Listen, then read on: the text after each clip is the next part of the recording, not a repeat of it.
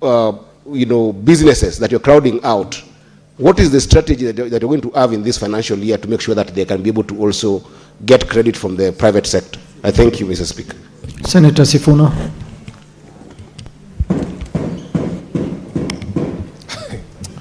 Again, Waziri, the problem that I have with some of these responses is that they actually don't answer the question that has been asked by the Senator.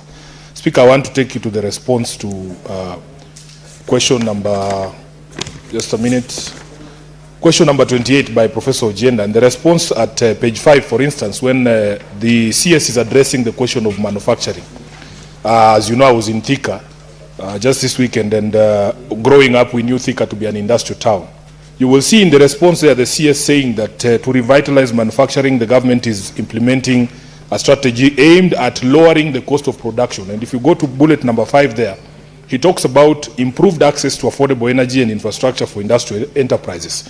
Now, Speaker, go to the very next paragraph, paragraph 13, where now we are talking about affordable energy. And the CS says the government has prioritized stabilization. Prioritizing stabilization cannot be what lowers the cost of energy, Honorable Speaker. If you look across the continent of Africa, Kenya has one of the highest rates of cost in terms of the amount it takes for you to buy 1 kilowatt hour. We have one of the highest in the region. We are doing upwards of 33 shillings per kilowatt hour. Compared to our neighbors, Ethiopia is actually doing less than a shilling per kilowatt hour. Tanzania is doing better, 22. Tanzania is doing 12, Uganda 23 shillings, Rwanda is doing 27 shillings. So when you talk about lowering the cost of energy, which is a key ingredient in lowering the cost of production and encouraging manufacturing, our priority cannot be stabilization. And I remember, because I'm a member of the Energy Committee, we fought when we were being told that there was a PPP for Adani to stabilize electricity supply, and they wanted to start in Nairobi. Yet we have over 13 counties that don't even have access to the grid. So, Waziri, in terms of specific measures that you are taking to lower the cost of production, and specifically the cost of electricity to match the region, what is your government doing? Senator Onyonga. Thank you, Mr. Speaker. And CS John Mbadi, I'm happy this is the first time I've actually been in this house when you've come here ever since the President appointed you. So I wanted to congratulate you for your job. The question I wanted to ask, Mr. Speaker, is that he has raised the issue of the debt stock ratio vis-a-vis the GDP. As the CS is aware, I think the President has announced that the Kenyan government is now going to build an airport costing $2.5 billion US. And I wanted just the CS to either come to the House and tell us, is he willing to give us the data, the information, and the agreements which have been signed, how much in real value this airport is going to cost, who are the beneficiaries of this airport construction, and what are the details? I believe that this House, as the Senate, is entitled to receive that information so that we can tell our Kenyan people, because we don't want another Adani to be what we are fighting about in our republic. Thank you, Mr. Speaker.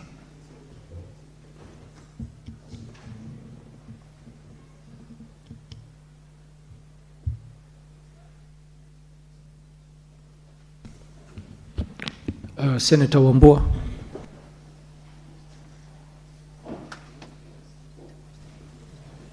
Thank you, Mr. Speaker. Mr. Speaker, a quick one on the response to question number 29, part C.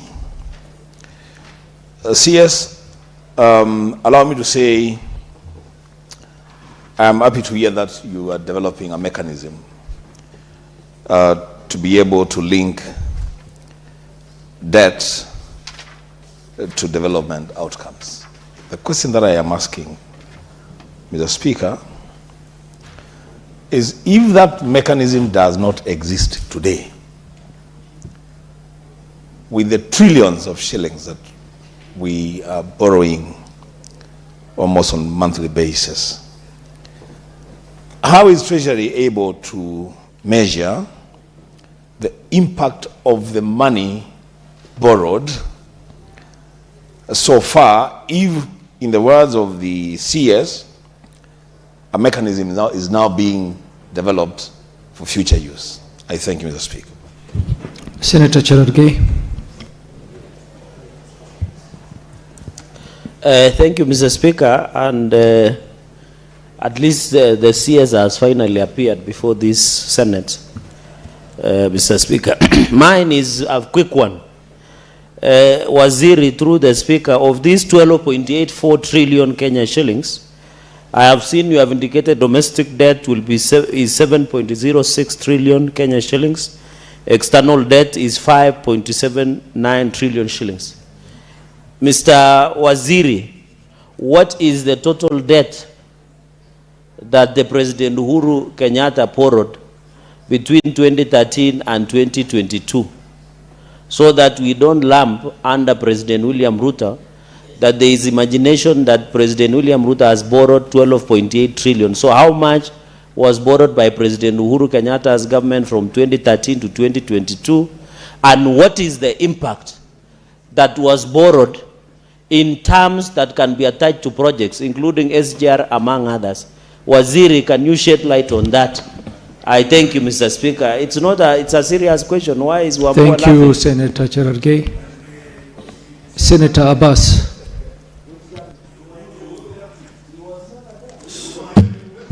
Thank you. Order, senators. Cherargei, take your seat. Take your seat, Order. Senator Cherargei. Thank you, Honorable Speaker. Mine is actually a concern that from response of the Waziri, some of the interventions actually outlined is agriculture and forestry and fishing. But of course, a larger economy that is actually been driven by the livestock sector, where 10 million people are surviving on, has not been mentioned. So what is the position that, why is it that the focus is only agriculture, that also the agriculture remains the backbone? And then you see provision of subsidies of fertilizers, seeds, expansion of rehabilitation of irrigation, promotion of climate resilience, support of agro-processing, nothing on livestock. What is the position? Thank you, Senator. Cabinet Secretary, you may respond. Thank you, Mr. Speaker.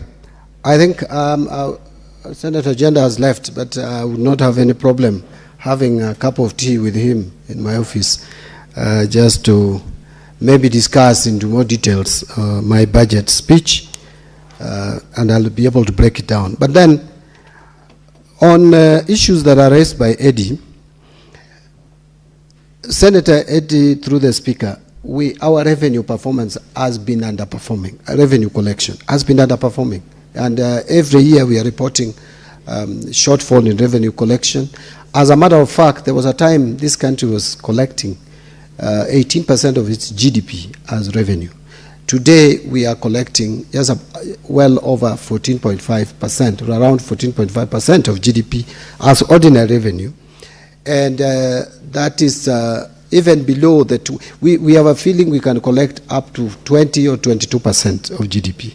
However, there are a number of reasons. One of them is the inefficiency and of the systems that are deployed by Kenya Revenue Authority, which we are working on, and we have allocated quite a bit of resources, 17 billion in the supplementary budget that was passed by the National Assembly, supplementary budget number 1, to be able to revamp and re-engineer their systems. A lot of reforms are taking place, and we are already seeing some reported progress in terms of personal income tax. But also, it must be understood that a lot of businesses are becoming more and more informal, and collecting taxes from the informal sector is not easy.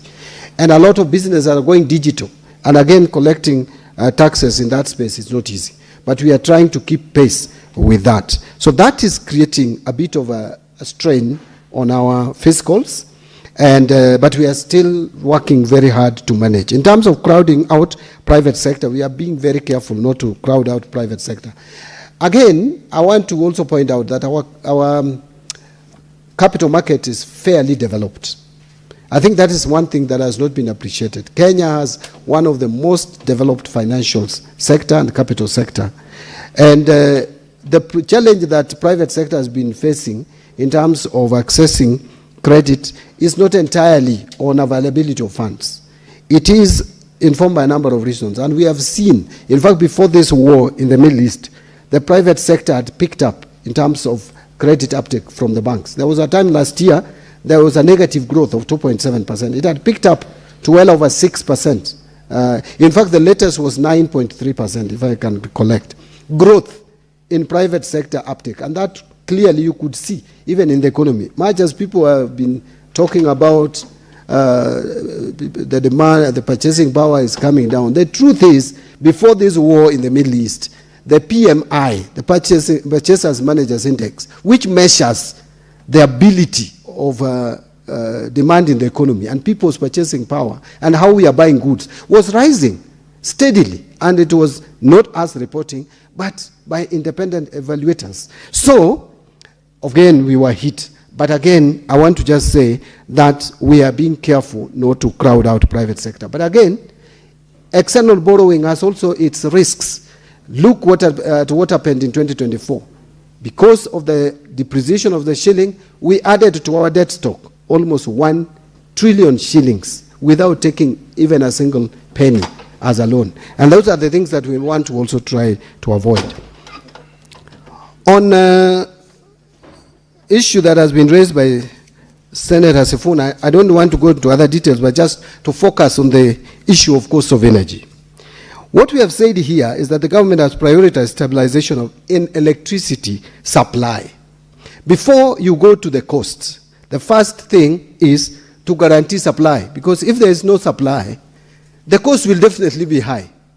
You cannot have cost coming down. The basic principle of microeconomics, the demand and supply, the equilibrium of prices, Senator Sifuna. The equilibrium of prices simply means where the supply curve and the demand curve intersect.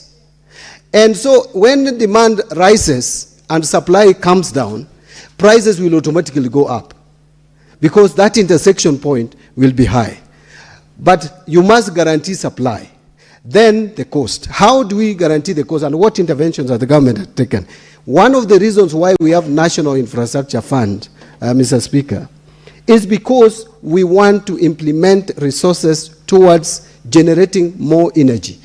Our energy requirement in this country is almost 10,000 megawatts. But we are only generating, well, slightly over 3,000, almost a third. So we therefore need to put more resources to generate more energy. It will deal with the twin issues of supply and cost at the same time, because demand will relatively remain constant. Or even if demand is going to adjust, it's going to adjust slightly. This morning, I had an engagement, a meeting with my counterpart in the energy, the Ministry of Energy, where we were discussing the nuclear power in Siaya, which is likely to generate well over 2,000 megawatts. And that is a project that we want to pursue to bring more power into the grid, because that is the only way through which we can guarantee cost of power to be low. I agree it is high, and also the supply and the reliability of the power. Because again, if you go to many parts of this country, the reliability of power is a challenge. Now, on the question of Nairobi being prioritized, and I want to again say, Mr. Speaker, Nairobi produces almost 60% of the GDP of this country. And that is not a place you can ignore. That's a place that we must invest in terms of providing energy. On Senator Onyonka, I know it has been reported that JKIA is going to cost about 2.9 billion, figures flying around. I saw 2.9 billion US dollars. The figure that I know is half of that, 1.2. And so you don't rely on figures that are flying around, and especially in some print media, some specific newspapers, because of course some newspapers for 3 years now, their headline are always consistent and predictable. So we don't worry much about those ones, because they have also a responsibility to inform or misinform Kenyans. But that's, I will tell you, is not going to put any strain on our sovereign debt. And if you want the information about that, either my counterparts at the transport can provide that information, or the government, even through me, can provide that information. But this is one of the candidates for the National Infrastructure Fund. And I will tell you that there will be no sovereign debt as at now that would be put here. On Senator Wambua, what have we been using to link debt to development? Senator Wambua, I don't know whether he has left, but is here. Maybe I thought your height was, I thought you had no, let me reserve that. I couldn't see you. Maybe the problem is my height or your height, but anyway, either of the two. Now, Mr. Speaker, imagine what Senator Wambua is saying. Imagine from independence we didn't have it. Now we are implementing it. I think that is something you should praise this government for. We are doing exactly that. It has not been there. So we are doing it. Because we can't continue complaining. Senator Cherargei, I want to persuade ourselves from just comparing the absolute numbers of debts. Senator Wambua, I did guide the House that I will only take intervention once he has completed answering all the questions. Proceed, Cabinet Secretary. Yeah, so on Senator Cherargei, sorry, my brother, I wanted to persuade ourselves from comparing absolute numbers. Actually, the best way to measure debts is to look at the debt sustainability through what we call the present value of debt to GDP. That is what the capacity of debt, a country in paying, or sovereign in paying its debt.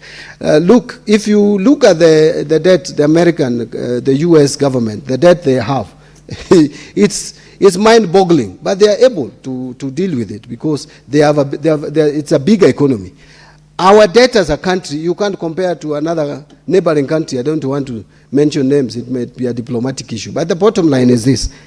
When you talk of 1.8 trillion debt when Kibaki left office, it should be understood that Kibaki left a low-income economy where we were borrowing money under concessional terms. Kenya has graduated to a middle-income economy. You can no longer borrow under concessional terms like it used to happen during Kibaki government. Yes, President Uhuru left about 9 trillion in terms of debts.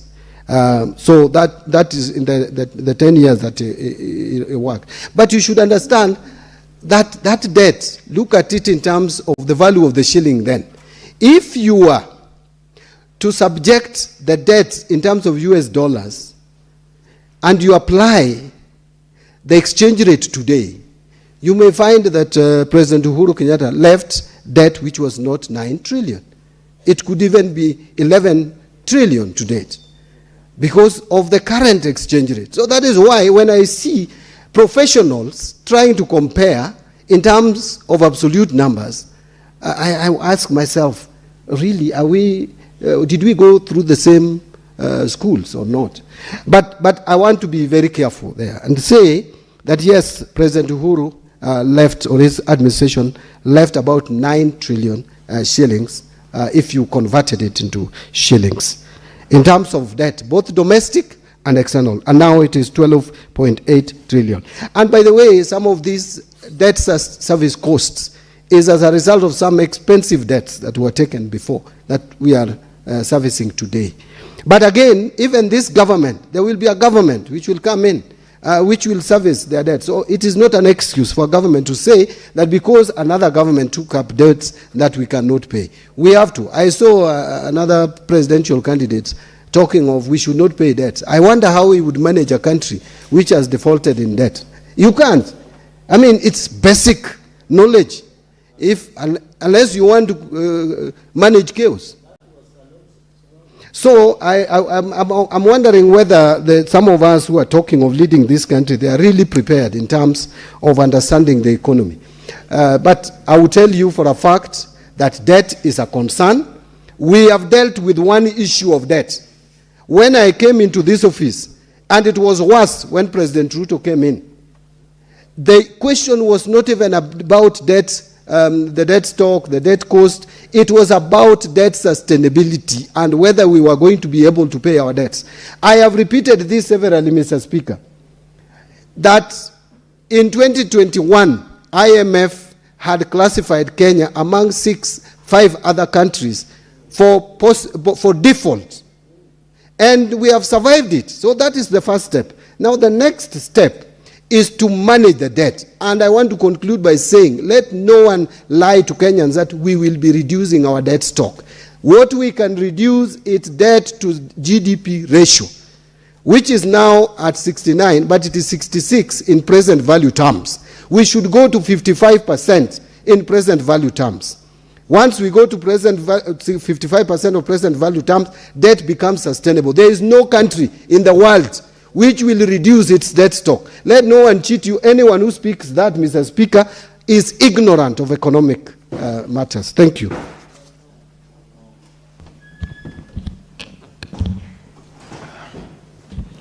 Honorable Senators,